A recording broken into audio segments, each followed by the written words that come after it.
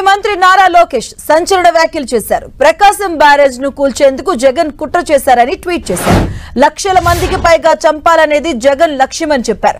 Jagan plan చేస్తే MLC Raghuram, Nandigam Suresh అమలు చేశారన్నారు. గతంలో ఇసుక మాఫియా కోసం అన్నమయ్య డ్యాం కొట్టుకుపోయేలా చేశారని లోకేష్ పేర్కొన్నారు. 50 మందిని చంపేసి 5 ఊర్లు నామరూపాలు లేకుండా చేశారని ఆగ్రహాన్ని వ్యక్తం చేశారు.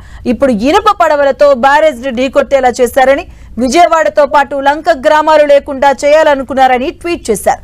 తమ కుట్రలు బయటపడకుండా వరద ముంపునకు ప్రభుత్వమే కారణమంటూ విష ప్రచారం చేస్తున్నారంటూ ఫైర్ అయ్యారు లోకేష్.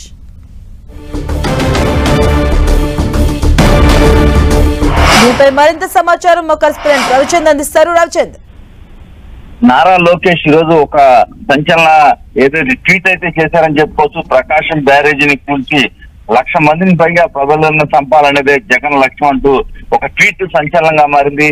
ఎందుకంటే ప్రకాశం బ్యారేజ్ దగ్గర బోట్లు వచ్చి ఏదైతే ఆ గేట్లను గుద్దుకోవడం అనేది వివాదం అయితే నడుస్తుంది. దీని వెనక కుట్ర కోణం ఉందని నడుస్తుంది. దీనికి సంబంధించిన బాధ్యులను కూడా ఇద్దరిని అరెస్ట్ చేశారు. వారిని కూడా రిమాండ్ విధించారు. ఈ నేపథ్యంలో అయితే రాజకీయ రంగు కూడా పులుముకుంటుంది. ఆ బోట్లకి వైసీపీ కలవస్తున్నాయని టీడీపీ ఆరోపిస్తుంది. ఇదంతా కూడా కుట్రలో దాగమని చెప్తున్నారు. అధికారం అండగా ఏదైతే ఇసుక మాఫియా కోసం అన్నమయ్య డ్యాం తెచ్చిపోయేలా చేశారు. గతంలో 50 మందిని చంపేశారు, 5 ఊళ్ళు నామరాపం లేకుండా చేశారని కూడా చెప్తున్నారు. ఒక ప్లాన్ ప్రకారమే ప్రకాశం బ్యారేజీని ఢీకొని కూల్చేసి విజయవాడతో పాటు పలు సంఖ్యలో లంక గ్రామాలని నామరూపాలు లేకుండా చేయాలని ప్లాన్ వేశారని జగన్ కోరిన కుట్ర బట్టబయలైందంటూ లోకేష్ ఆరోపణలు చేశారు. ప్రకాశం బ్యారేజీని పడవలతో కూల్చేయాలనే కుట్ర ప్లాన్ చేసింది. ప్లాన్ అమలు చేసింది వైసీపీకి చెందిన MLC Talasila Raghuram, YCP MP మాజీ ఎంపీ నందిగం సురేష్ అని కూడా నారా లోకేష్ తీవ్రమైన ఏదైతే వ్యాఖ్యలు అయితే చేశారో ట్వీట్ ద్వారా తన అభిప్రాయాలను ఆయన తెలియపరిచారు. కుట్రల బయట పడకుండా వరద ముంపునకు ప్రభుత్వమే కారణమంటూ విష ప్రచారం కూడా జగన్ అండ్ బ్యాచ్ కి ప్రచారం చేస్తున్నాను కూడా నారా లోకేష్ చెప్పడం జరిగింది.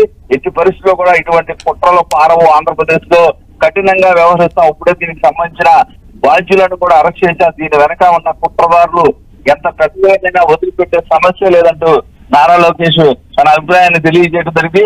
మొత్తానికి ఈ వ్యవహారం కొంత రాజకీయ రంగం అయితే పులుముకుంటుందని చెప్పుకోవచ్చు. ఏదైతే ఆ బోట్లు ఏ విధంగా వచ్చాయి, అక్కడికి ఎలా వచ్చాయి అనేది పోలీసులు ఇన్వెస్టిగేషన్ చేస్తూ ఉన్నారు.